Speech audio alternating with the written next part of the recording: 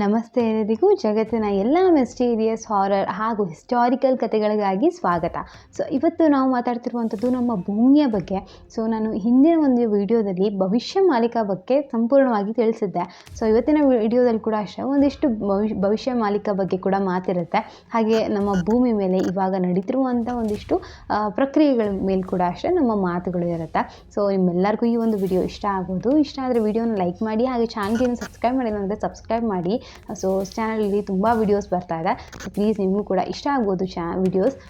ತಡ ಮಾಡಿದಂಗೆ ಇವತ್ತಿನ ವಿಡಿಯೋನ ಶುರು ಮಾಡಬನ್ನಿ. ನಮ್ಮ ಈ ಭೂಮಿಯಲ್ಲಿ ಸುಮಾರು 5 ವರ್ಷಗಳ ಹಿಂದೆ ನಾವು ತುಂಬಾ ದೊಡ್ಡ ಭೀಕರವಾದಂಥ ಕೊರೋನಾ ವೈರಸ್ ಅನ್ನೋ ಒಂದು ರೋಗನ ನೋಡಿದ್ದೀವಿ. ಅದು ನಮ್ಮ ಇಡೀ ದೇಶಕ್ಕೆ, ರಾಜ್ಯಕ್ಕೆ ಅಥವಾ ನಮ್ಮ ಇಡೀ ಜಗತ್ತಿಗೇ ಎಷ್ಟು ಕಾಟ ಕೊಟ್ಟಿದೆ, ಹಾಗೆ ಎಷ್ಟು ಎಲ್ಲರೂ ಅನುಭವಿಸಿದ್ದಾರೆ ಅದರಿಂದ ಅಂತ ನೋಡಿದ್ದೀವಿ. ಆದರೆ ಈ ಕೊರೋನಾ ವೈರಸ್ನ ಕೂಡ ಮೀರಿಸಿ ಇನ್ನೂ ಒಂದು ಪ್ರವಾಹ ಬರ್ತಾ ಇದೆ, ಅಥವಾ ಇನ್ನೂ ಒಂದು ಏನೋ ಕೆಟ್ಟದಾಗುತ್ತೆ ನಮ್ಮ ಭೂಮಿ ಮೇಲೆ ಅಂತಂದರೆ ಅದನ್ನ ನಾವು ಇಮ್ಯಾಜಿನ್ ಕೂಡ ಮಾಡ್ಕೊಳ್ಳೋಕ್ಕಾಗೋದಿಲ್ಲ ಅನಿಸುತ್ತೆ. ಯಾಕೆ ಅಂತಂದರೆ ಕೊರೋನಾ ವೈರಸ್ ಟೈಮಲ್ಲೇ ಅಷ್ಟೇ ತುಂಬ ಕಷ್ಟಗಳನ್ನ ಜನರು ಆಲ್ರೆಡಿ ಇವಾಗ ಅನುಭವಿಸ್ಬಿಟ್ಟಿದ್ದಾರೆ. ಆದರೆ ಕೊರೋನಾ ವೈರಸ್ ಇದರ ಮುಂದೆ ಏನೇನೂ ಅಲ್ಲ ಅನ್ನೋ ಒಂದು ರೀತಿಗೂ ಕೂಡ ನಮ್ಮ ಭೂಮಿ ತಲುಪುತ್ತೆ ಅನ್ನೋದು ಭವಿಷ್ಯ ಮಾಲಿಕದಲ್ಲಿ ಇರುವಂಥ ಒಂದು ಮಾತಾಗಿದೆ. ಭೂಮಿಗೆ ನಾವು ಅದಕ್ಕೆ ಪ್ರೀತಿ ಕೊಡ್ತೀವಿ, ಅದು ನಮಗೆ ಪ್ರೀತಿ ಕೊಡುತ್ತೆ. ಆದರೆ ನಾವು ಅದಕ್ಕೇನಾದರೂ ಕೆಟ್ಟದ್ದು ಮಾಡ್ತಾ ಇದ್ದೀವಿ ಅಂತಂದರೆ ಖಂಡಿತವಾಗ್ಲೂ ಭೂಮಿ ತಾಯಿ ನಮಗೆ ಬಿಡ್ದಂಗೆ ಅದರ ಡಬಲ್ ಕೊಡುತ್ತೆ ಅನ್ನೋದು ನಮ್ಮೆಲ್ಲರ ನಂಬಿಕೆ ಆಗಿದೆ. ಇವಾಗೂ ಅಷ್ಟೇ, ಇವಾಗ ನಡೀತಿರುವಂಥ ಒಂದು ಟೆಕ್ನಾಲಜಿ ಜನ್ರೇಷನ್ ಇದನ್ನೆಲ್ಲ ನಾವು ನೋಡ್ತಾ ಇದ್ದರೆ ಪ್ರಕೃತಿ ವಿಕೋಪ ತುಂಬ ಆದಷ್ಟು ಬೇಗ ಆಗುತ್ತೆ ಅನ್ನೋದು ಎಲ್ಲರಿಗೂ ತಿಳಿದಿರುವಂಥ ಮಾತು. ಏನಾದರೂ ಒಂದು ದೊಡ್ಡದು ನಡೆಯುತ್ತೆ ಅನ್ನೋದು ಕೂಡ ಅಷ್ಟೇ ತುಂಬ ವರ್ಷಗಳಿಂದ ನಾವು ಕೇಳ್ಕೊಂಡೇ ಬರ್ತಾ ಇದ್ವಿ. ಇವಾಗೂ ಕೂಡ ಅಷ್ಟೇ ನಾವು ಏನಾದರೂ ಅಬ್ಸರ್ವ್ ಮಾಡ್ತಾ ಇದ್ದರೆ ಭೂಮಿಯಲ್ಲಿ ಕೆಲವೊಂದಿಷ್ಟು ಚೇಂಜಸ್ ಆಗ್ತಾನೇ ಇದೆ ದಿನಕ್ಕೂ. ಅದು ನಮಗೆ ತುಂಬ ದೊಡ್ಡ ಮಟ್ಟದಲ್ಲಿ ಕಾಣದೇ ಇಲ್ಲ ಅಂದ್ರೂ ಚಿಕ್ಕದಾಗಿಯೇ ಅದು ಶುರುವಾಗಿದೆ ಅಂತ ಕೂಡ ಹೇಳಲಾಗುತ್ತೆ. ಎಲ್ಲರಿಗೂ ಗೊತ್ತಿರೋ ಹಾಗೆ ಮಾರ್ಚ್ 29ನೇ ತಾರೀಕು ಇವಾಗ ಆಲ್ರೆಡಿ ಕಳೆದು ಹೋಗಿದೆ. ಆ 29ನೇ ತಾರೀಕಿಗೆ ನಮ್ಮ ಈ ಒಂದು ಹೊಸ ವರ್ಷದ ಮೊದಲನೇ ಗ್ರಹಣ ಆಯಿತು. ಅದು ಕೂಡ ಸೂರ್ಯಗ್ರಹಣ. ಈ ಒಂದು ಸೂರ್ಯಗ್ರಹಣದಲ್ಲಿ ಶನಿ ಬಂದು ಮೀನ ರಾಶಿಗೆ ಬಂದು ಸೇರುತ್ತೆ. ಹಾಗೆ ಈ ಸತಿ ಏನಾಗಿದೆ ಅಂತ ಅಂದರೆ ಒಂದೇ ರಾಶಿಯಲ್ಲಿ 6 ಗ್ರಹಗಳು ಬಂದು ನಿಂತಿರೋದು ಕೂಡ ಅಷ್ಟೇ. ಇದು ಸಾಮಾನ್ಯವಾದ ವಿಷಯ ಅಲ್ಲ. ಹಾಗೆ ಈ ಒಂದು ಸೂರ್ಯಗ್ರಹಣದಿಂದ ಸಾಕಷ್ಟು ವಿಷಯಗಳು, ಸಾಕಷ್ಟು ಭೂಮಿಯಲ್ಲಿ ಚೇಂಜಸ್ ಕೂಡ ಆಗುತ್ತೆ ಅಂತ ನಮ್ಮ ಭವಿಷ್ಯ ಮಾಲಿಕದಲ್ಲಿ ಆಲ್ರೆಡಿ ಇವಾಗ ಬರೆದಿತ್ತು. ಇವಾಗ ನಾವು ಏನು ಮಾತಾಡ್ತಾ ಇದ್ದೀವಿ ಅಂತಂದರೆ ಈ ಒಂದು ಗ್ರಹಣ ಆದಮೇಲಿಂದ ಏನೆಲ್ಲ ಚೇಂಜಸ್ ಆಗಿದೆ, ಏನೆಲ್ಲ ಚೇಂಜಸ್ ಇನ್ನು ಮುಂದೆ ಆಗುತ್ತೆ ಅನ್ನೋದು ಕೂಡ ನಾವು ತಿಳ್ಕೊತೀವಿ. ಅದಕ್ಕಿಂತ ನಾವು ಮುಂಚೆ ಇವಾಗ ನೋಡೋದಂತಾದರೆ ಇವಾಗ ನಾವು ತಿಳ್ಕೊಬೋದು ಪ್ರಕೃತಿ ವಿಕೋಪ ಆಗಿರಲಿ, ಆರ್ಥಿಕ ವ್ಯವಸ್ಥೆ ಆಗಿರಲಿ, ಇದರೊಳಗೆಲ್ಲ ಹೇಗೆ ಕುಸಿತಾ ಇದೆ ಭೂಮಿ ಅನ್ನೋದು ನಮಗೆ ಇವಾಗ ತಿಳಿದು ಬಂದಿರುವಂಥ ಒಂದು ವಿಷಯ ಆಗಿತ್ತು. ಈ ಮಾರ್ಚ್ 29, 2025ರಿಂದ ಮೊದಲನೇದು ನಾವು ನೋಡೋದು ಏನು ಅಂತಂದರೆ ಗ್ರಹಣ ಆಗಿತ್ತು. ಇನ್ನೊಂದು ನಾವು ನೋಡಬೇಕಾಗಿರೋದು 29ನೇ ತಾರೀಕಿಂದ ಸತ್ಯಕಲಿಯ ಆರಂಭ ಆಗುತ್ತೆ ಅಂತ ಹೇಳಿದ್ದಾರೆ.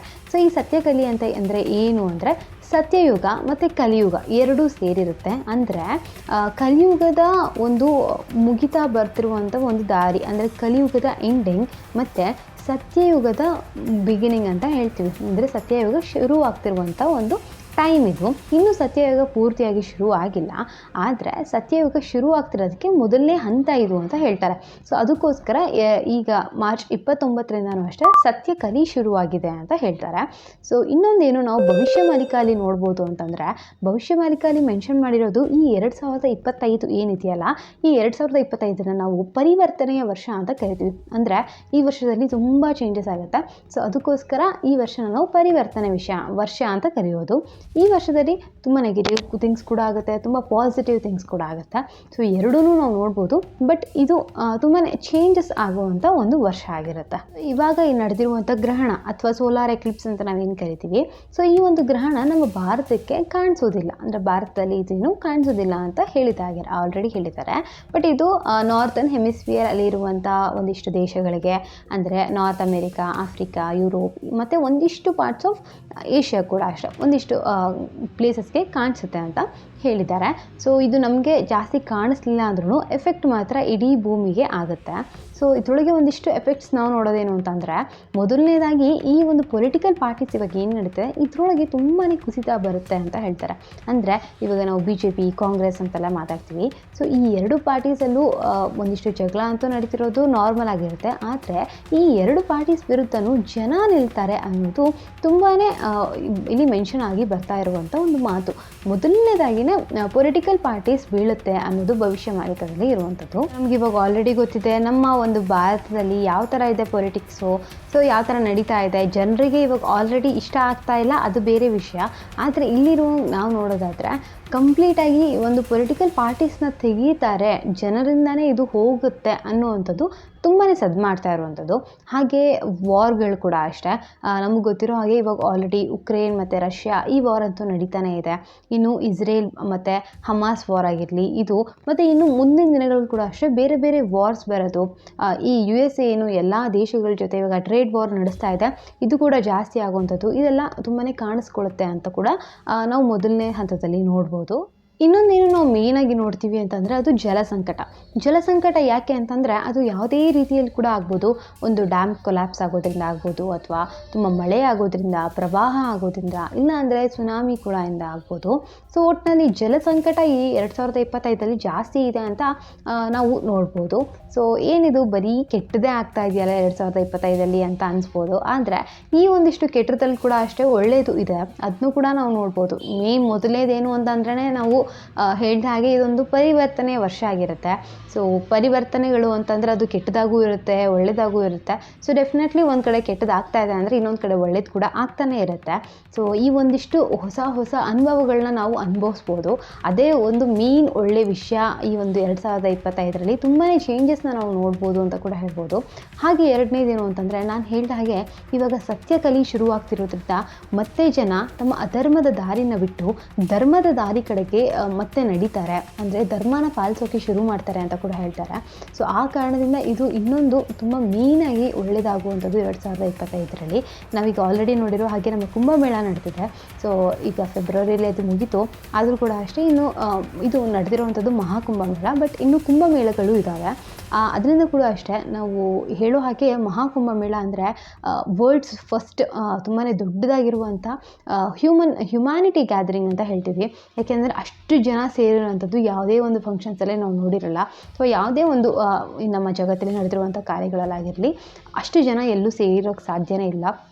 ಸೊ ಇದರಿಂದ ಕೂಡ ನಾವು ತಿಳ್ಕೊಬೋದು ಧರ್ಮದ ಪರಿಪಾಲನೆ ಇನ್ನು ಮುಂದೆ ಇನ್ನೂ ಜಾಸ್ತಿ ಆಗುತ್ತೆ. ಜನ ತಮ್ಮ ತಪ್ಪುಗಳನ್ನ ತಿದ್ದುಕೊಂಡು ಧರ್ಮದ ಕಡೆ ಮತ್ತೆ ಬರ್ತಾರೆ ಅನ್ನೋದು ಕೂಡ ಈ 2025 ಬರೆದಿರುವಂಥ ಮಾತು. ಮೂರನೇದು, ಇದನ್ನ ನಾವು ಅಡ್ವಾಂಟೇಜ್ಗಾದರೂ ತೊಗೋಬೋದು ಅಥವಾ ಡಿಸ್ಅಡ್ವಾಂಟೇಜ್ಗಾದರೂ ತೊಗೋಬೋದು. ಆದರೆ ನಾವು ನಂಬಲೇಬೇಕಾಗಿರುವಂಥ ವಿಷಯ ಏನು ಅಂತಂದರೆ AI ಟೆಕ್ನಾಲಜಿ ತುಂಬಾ ಬೇಗ ಬೆಳೀತಾ ಇರುವಂಥ ಟೆಕ್ನಾಲಜಿ ಇದು. ಸೊ ಅದರೊಳಗೂ 2025 ಇನ್ನೂ ತುಂಬ ಬೆಳೆಯುವಂಥ ಟೆಕ್ನಾಲಜಿ ಇದಾಗಿದೆ ಅಂತ ಹೇಳ್ತಾರೆ. ಸೊ ಇದು ಒಂದು ಕಡೆ ಅಡ್ವಾಂಟೇಜ್ ಇದೆ, ಬಟ್ ಇನ್ನೊಂದು ಕಡೆ ಡಿಸ್ಅಡ್ವಾಂಟೇಜ್ ಕೂಡ ಇದರೊಳಗೆ ತುಂಬಾ ಇದೆ. ಸೊ ಇದಿಷ್ಟು ಆಗಿತ್ತು. ಈಗ ನಾವು ಈ ಒಂದು ವಿಡಿಯೋದ ಮೇನ್ ಟಾಪಿಕ್ ಏನಕ್ಕೆ ಮಾಡ್ತಿರೋದು ಅನ್ನೋ ಒಂದು ಟಾಪಿಕ್ಕಿಗೆ ಬರೋಣ. ಸೊ ನಾವು ನೋಡಿದ್ದೀವಿ ಮೊನ್ನೆ ಅಷ್ಟೇ ನಮ್ಮ ಭೂಮಿಯಲ್ಲಿ ಇವಾಗ ಭೂಕಂಪ ಆಗಿದೆ. ಸೊ ನಮ್ಮೆಲ್ಲರಿಗೂ ಖಂಡಿತವಾಗ್ಲೂ ಆ ವಿಡಿಯೋಸ್ನೆಲ್ಲ ನೋಡಿದವ್ರಿಗಂತೂ ತುಂಬ ಗೊತ್ತಾಗಿರುತ್ತೆ ಎಷ್ಟು ಬೇಜಾರಾಗುತ್ತೆ ಅಂತ. ಯಾಕೆ ಅಂತಂದರೆ ಆ ಥರ ಎಲ್ಲ ಭೂಕಂಪ ಆದಾಗ ಅಲ್ಲಿರುವಂಥ ವಾಸಿಗರಿಗೆ ತುಂಬಾ ಕಷ್ಟ ಆಗುತ್ತೆ. ಯಾಕಂದರೆ ಇಡೀ ಅಪಾರ್ಟ್ಮೆಂಟ್ಸ್ಗಳು ಒಂದೇ ಸತಿ ಬೀಳೋದು ಅಂದರೆ ಒಂಚೂರು ಕ್ಲೂ ಕೂಡ ಸಿಕ್ಕಿದ್ರು ಅಷ್ಟೇ, ಆದರೂ ಕೂಡ ಎಲ್ಲರೂ ಅಲ್ಲಿ ಸೇಫ್ ಆಗುವಂಥ ಚಾನ್ಸಸ್ ತುಂಬ ಕಡಿಮೆ ಇರುತ್ತೆ. ಸೊ ಇವಾಗ ಆ ಭೂಕಂಪದ ಬಗ್ಗೆ ಒಂಚೂರು ಮಾತಾಡೋಣ. ಸೊ ನಮ್ಮೆಲ್ಲರಿಗೂ ಗೊತ್ತಿರುವ ಹಾಗೆ ಅದು ನಡೆದಿರುವಂಥದ್ದು ಮೈನ್ಮಾರ್ ನಮ್ಮ ಭಾರತದ ಪಕ್ಕದ ದೇಶ ಅಂತ ಹೇಳ್ಬೋದು. ಸೊ ತುಂಬ ದೊಡ್ಡ ದೇಶ ಅಲ್ಲ ಅಂತ ಅಂದ್ರೂ ಬಟ್ ಆದರೂ ಕೂಡ ಚೆನ್ನಾಗಿ ನಡೀತಿರುವಂಥ ದೇಶ ಆಗಿತ್ತು. ಆ ಮೈನ್ಮಾರಲ್ಲಿ ನಡೆದಿರುವಂಥ ಒಂದು ಭೂಕಂಪದಿಂದ ಅದು ಬರೀ ಮೈನ್ಮಾರ್ಗಲ್ಲ, ಅದರ ಪಕ್ಕದಲ್ಲಿರುವಂಥ ಥಾಯ್ಲ್ಯಾಂಡಿಗೆ ಕೂಡ ಎಫೆಕ್ಟ್ ಕೊಟ್ಟಿದೆ. ಸೊ ಥಾಯ್ಲ್ಯಾಂಡಲ್ಲಿರುವಂಥ ಬ್ಯಾಂಕಾಕ್ ಬಗ್ಗೆ ಕೂಡ ಮಾತಾಡೋಣ. ಸೊ ಹಾಗೆ ಇನ್ನೂ ಒಂದಿಷ್ಟು ಪ್ರದೇಶಗಳಲ್ಲಿ ಕೂಡ ಅಷ್ಟೇ ಇವಾಗ ಭೂಕಂಪ ಆಗಿದೆ ಅಂತ ಹೇಳ್ತಿದ್ದಾರೆ. ಸೊ ಮೈನ್ಮಾರಲ್ಲಿ ಹೇಗಾಯಿತು ಏನು ಅಂತ ಕೂಡ ನೋಡೋಣ. ಸೊ ನಮ್ಮೆಲ್ಲರಿಗೂ ಗೊತ್ತು, ಒಂದು ಚಿಕ್ಕ ಬಿಲ್ಡಿಂಗ್ ಕಟ್ಟಬೇಕು ಅಂತಂದರೆ ಏನೇ ಇಲ್ಲ ಅಂದ್ರೂ 1 ವರ್ಷ ಆದರೂ ಬೇಕೇ ಬೇಕು ನಮಗೆ. ಅಂಥದ್ರೊಳಗೆ ಎಷ್ಟು ದೊಡ್ಡ ಅಪಾರ್ಟ್ಮೆಂಟ್ಸ್ ಕಟ್ಟಿರ್ತಾರೆ, ಎಷ್ಟು ದೊಡ್ಡ ಬಿಲ್ಡಿಂಗ್ಸ್ ಕಟ್ಟಿರ್ತಾರೆ. ಮತ್ತು ರೋಡ್ಸ್ ಆಗಲಿ, ಬ್ರಿಡ್ಜಸ್ ಆಗಲಿ, ಒಂದೊಂದು ಬ್ರಿಡ್ಜಸ್ ಅಂತ ತುಂಬ ವರ್ಷಗಳಿಂದ ಬಂದಿರ್ತವೆ. ಸೊ ಇದನ್ನೆಲ್ಲ ಮಾಡೋದಕ್ಕೆ ಎಷ್ಟು ಕಷ್ಟಪಡಬೇಕು, ಎಷ್ಟು ಟೈಮ್ ತೊಗೊಳುತ್ತೆ. ಆದರೆ ಇದೆಲ್ಲ ಹಾಳಾಗೋದಕ್ಕೆ 1 ಸೆಕೆಂಡ್ ಸಾಕು ಅಂತ ಹೇಳ್ಬೋದು. ಅಂದರೆ ನಮಗೆ ಒಂದು ಗಾದೆನೇ ಇದೆ ಕನ್ನಡದಲ್ಲಿ, ಕುಂಬಾರನಿಗೆ ವರ್ಷ ದೊಣ್ಣೆಗೆ ನಿಮಿಷ ಅಂತ. ಅಂದರೆ ಕುಂಬಾರ ಒಂದು ಮಡಿಕೆನ ಮಾಡಬೇಕು ಅಂದರೆ ಇಷ್ಟು ಟೈಮ್ ತೊಗೊತಾನೆ, ಆದರೆ ಅದೇ ಒಂದು ಮಡಿಕೆನ ಹೊಡಿಬೇಕಂದ್ರೆ ಒಂದೇ ಒಂದು ಕಲ್ಲು ಸಾಕು, 1 ಸೆಕೆಂಡ್ ಸಾಕು, ಇಷ್ಟು ಬೇಗ ಹೊಡಿಬೋದು. ಅದೇ ಥರ ಈಗ ಮೈನ್ಮಾರಲ್ಲಿ ಕೂಡ ಅಷ್ಟೇ, ಇಷ್ಟು ಕಷ್ಟಪಟ್ಟು ಇಷ್ಟೊಂದು ಬಿಲ್ಡಿಂಗ್ಸ್ನೆಲ್ಲನೂ ಬಿಲ್ಡ್ ಮಾಡಿದರು. ಬಿಲ್ಡಿಂಗ್ಸ್ ಕೂಡ ಅನ್ಬೋದು, ಮತ್ತು ಅದ್ರ ಒಳಗಿರುವಂಥ ಜನ, ಅದು ಮೇಯ್ನ್ ಆಗೋದು. ಯಾಕೆ ಅಂತಂದರೆ ಒಂದು ಬಿಲ್ಡಿಂಗ್ ಮುರಿದ್ರೂ ಅದನ್ನ ಹೇಗಾದರೂ ನಾವು ದುಡ್ಕೊಂಡು ಮತ್ತೆ ಕಟ್ಬೋದು. ಆದರೆ ಜನನೇ ಇಲ್ಲ, ಜೀವನನೇ ಹೋಗ್ಬಿಡ್ತು ಅಂತ ಅಂದರೆ ಅವ್ರಿಗೆ ತುಂಬಾ ಕಷ್ಟ ಆಗುತ್ತೆ. ಯಾಕಂದರೆ ಮುಂದೆ ಏನು ಉಳಿಯೋದೇ ಇಲ್ಲ. ಸೊ ಆ ಥರನೇ ನಡೆದಿರುವಂಥದ್ದು ಈ ಮೈನ್ಮಾರಲ್ಲಿ. ಸೊ ಮೈನ್ಮಾರ್ ಹತ್ರನೇ ಇನ್ನೊಂದು ಕಡೆ ಎಫೆಕ್ಟ್ ಕೊಟ್ಟಿದೆ ಅಂತ ಹೇಳಿದ ಹಾಗೆ ಥೈಲ್ಯಾಂಡಲ್ಲಿ ಕೂಡ ಅಷ್ಟೇ. ಸೊ ಥೈಲ್ಯಾಂಡಲ್ಲಿರುವಂಥ ಬ್ಯಾಂಕಾಕ್ ಎಷ್ಟೊಂದು ಜನಕ್ಕೆ ತುಂಬ ಇಷ್ಟ ಆಗಿರುವಂಥ ಪ್ಲೇಸ್, ಅದು ಡೆಸ್ಟಿನೇಷನ್ ಪ್ಲೇಸ್ ಅಂತಲೇ ಹೇಳ್ಬೋದು. ಎಲ್ಲರೂ ಅಷ್ಟೇ ಒನ್ ಟೈಮ್ ಆದರೂ ಹೋಗಬೇಕು, ಲೈಫ್ ಟೈಮಲ್ಲಿ ಹೋಗಿ ಅಲ್ಲೆಲ್ಲ ಎಂಜಾಯ್ ಮಾಡಬೇಕು ಅಂತ ಇರ್ತಾರೆ. ಬಟ್ ಅದೇ ಒಂದು ಪ್ಲೇಸಲ್ಲಿ ಎಷ್ಟು ಜನ ಅಲ್ಲಿ ಪ್ರವಾಸಿಗರು ಹೋಗಿದ್ರೋ ಇವಾಗ ಗೊತ್ತಿಲ್ಲ.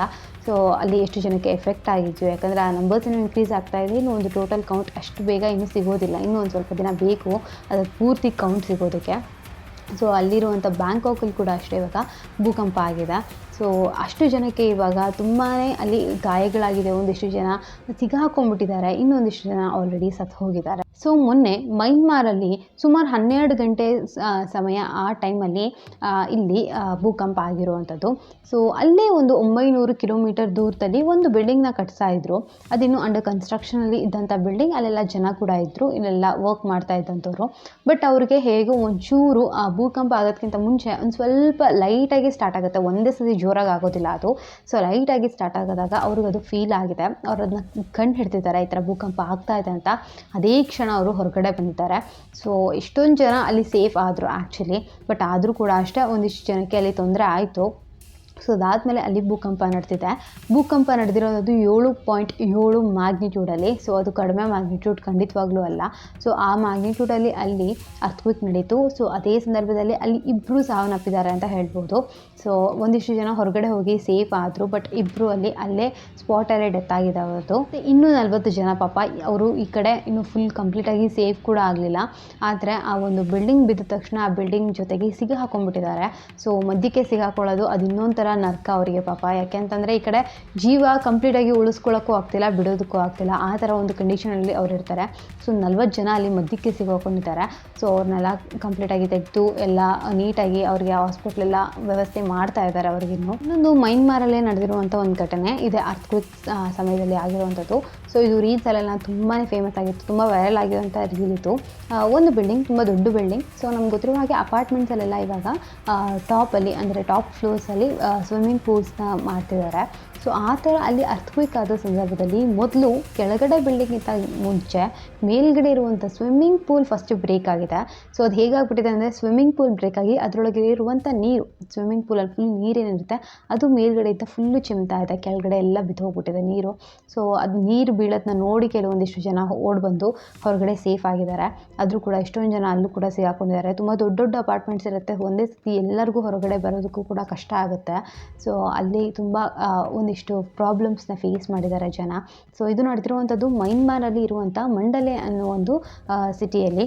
ಸೊ ಅಲ್ಲಿ ತುಂಬ ಜನಕ್ಕೆ ತೊಂದರೆ ಆಗಿದೆ. ಹಾಗೆ ಈ ಒಂದು ಭೂಕಂಪದಿಂದ ಬರೀ ಬಿಲ್ಡಿಂಗ್ಸ್ಗಳಿಗೆಲ್ಲ ರೋಡ್ಗಳು ಕೂಡ ಅಷ್ಟೇ ಟ್ರಾವೆಲ್ ಮಾಡೋಕ್ಕಾಗ್ತಾ ಇಲ್ಲ ಯಾರಿಗೂ ಸರಿಯಾಗಿ. ಒಂದು ಜಾಗದಿಂದ ಇನ್ನೊಂದು ಜಾಗಕ್ಕೆ ಹೋಗೋಣ ಅಂತಂದರೆ ರೋಡ್ಗಳು ಸರಿ ಇಲ್ಲ, ತುಂಬಾ ಹಾಳಾಗಿರುವಂಥ ಸ್ಥಿತಿಯಲ್ಲಿ ಇವಾಗ ರೋಡ್ಗಳಿದ್ದಾವೆ. ಹಾಗೆ ಒಂದಿಷ್ಟು ಬ್ರಿಡ್ಜಸ್, ಅದರೊಳಗೆ ಒಂದು ಬ್ರಿಡ್ಜ್ ಅಂತೂ 90 ವರ್ಷಗಳಿಂದ ಇರುವಂಥ ಬ್ರಿಡ್ಜ್, ಅದು ಆವಾ ಅಂತ ಆ ಬ್ರಿಡ್ಜ್ನ ಹೆಸರು.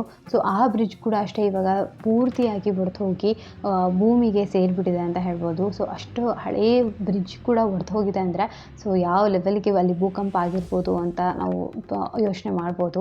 ಸೊ ಇವಾಗ ಇಷ್ಟೆಲ್ಲ ನಡೀತಾ ಇದೆ. ಮೊನ್ನೆನೂ ಅಷ್ಟೇ ಫೆಬ್ರವರಿ ತಿಂಗಳಲ್ಲಿ ನಾವು ನೋಡಿದ್ದೀವಿ. ಸೊ ಕೇರಳದಲ್ಲಿ ಇರುವಂಥ ಸಮುದ್ರದಿಂದ ಯಾವ್ಯಾವ ಥರ ಜಲಚರಗಳು ಹೊರಗಡೆ ಬಂದವು ಏನು ಅಂತ ಒಂದಿಷ್ಟು ಜನ ಸೈಂಟಿಫಿಕಲಿ ಕೂಡ ಇದಕ್ಕೆ ಉತ್ತರ ಕೊಡ್ತಾರೆ. ಬಟ್ ಇನ್ನೊಂದಿಷ್ಟು ಜನ ಇಲ್ಲ, ಏನೋ ಒಂದು ಘಟನೆ ಇದೆ, ಅದೇ ಕಾರಣದಿಂದ ಬಂದಿರೋದು ಅಂತ ಹೇಳ್ತಾರೆ. ಸೊ ನೋಡೋಣ ಮುಂದಿನ ದಿನಗಳಲ್ಲಿ ಏನೇನು ಆಗುತ್ತೆ ಏನು ಅಂತ. ಸೊ ಇದಿಷ್ಟು ಆಗಿದ್ದು ಇವತ್ತಿನ ವಿಡಿಯೋ. ನಿಮ್ಮೆಲ್ಲರಿಗೂ ಈ ಒಂದು ವಿಡಿಯೋ ಇಷ್ಟ ಆಗಿದೆ ಅಂತ ಅಂದ್ಕೊಂಡಿದ್ದೀನಿ. ಸೊ ಮುಂದಿನ ವಿಡಿಯೋದಲ್ಲಿ ಯಾವ ಥರ ವೀಡಿಯೋಸ್ ಮಾಡಬೇಕು, ಯಾವುದಾದ್ರೂ ಒಂದು ಕಂಟೆಂಟ್ ನಿಮಗೆ ಬೇಕಾಗಿರುವಂಥ ವೀಡಿಯೋಸ್ ಇದ್ದರೆ ಖಂಡಿತವಾಗ್ಲೂ ಕಮೆಂಟ್ ಸೆಕ್ಷನಲ್ಲಿ ತಿಳಿಸ್ಬೋದು. ಸೊ ಅದೇ ಥರದ ವೀಡಿಯೋಸ್ ಮಾಡೋಕ್ಕೆ ಟ್ರೈ ಮಾಡ್ತೀನಿ. ಸೊ ಮತ್ತೊಂದು ವಿಡಿಯೋದಲ್ಲಿ ಸಿಗ್ತೀನಿ. ಟೇಕ್ ಕೇರ್, ಬಾಯ್.